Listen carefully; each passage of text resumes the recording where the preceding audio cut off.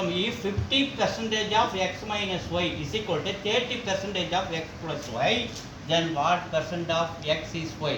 So கவனிங்க 50% அப்போ 50 by 100 half means multiply x minus y is equal to 30%, 30 by 100 into x plus y.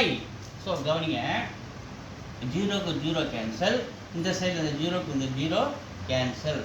So இங்கே பாருங்கள் 5 by 10 x minus y is equal to 3 by 10 x plus y. So இங்கே ரெண்டு சைடும் டினாமினேட்டில் 0 இருக்கிறதுனால 10 இருக்கிறதுனால 10 எடுத்துடலாம். 5 உள்ள மல்டிப்ளை பண்ணிங்க. 5 into x 5x plus into minus minus 5 into y 5y. இந்த 3 உள்ள மல்டிப்ளை பண்ணுங்க. 3x ப்ளஸ் இது 3yன்னு மாறும். எக்ஸ்லாம் ஒரு பக்கம் கொண்டு வருவோம்.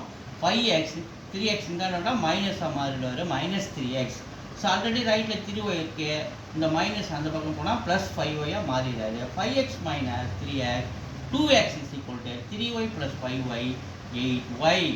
ஸோ அடுத்து நமக்கு எக்ஸோடைய வேல்யூ வேணுமா 8y இந்த 2 வந்து இந்த பக்கம் டிவைட் பண்ணுறாரு. ஸோ 2 டேபிளில் 8 எடுத்தா 4, நமக்கு என்ன கிடைக்குது 4y.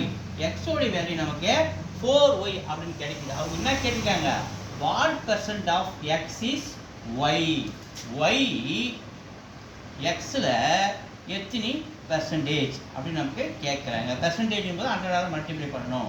ஒய் எக்ஸோடைய வேல்யூ நம்ம என்ன கண்டுபிடிச்சிருக்கோம் 4y இன்ட்டு 100. ஒய்யும் ஒய்யும் கேன்சல் பண்ணிடுறோம். 4 டேபிள் 100 எடுத்தால் 25%.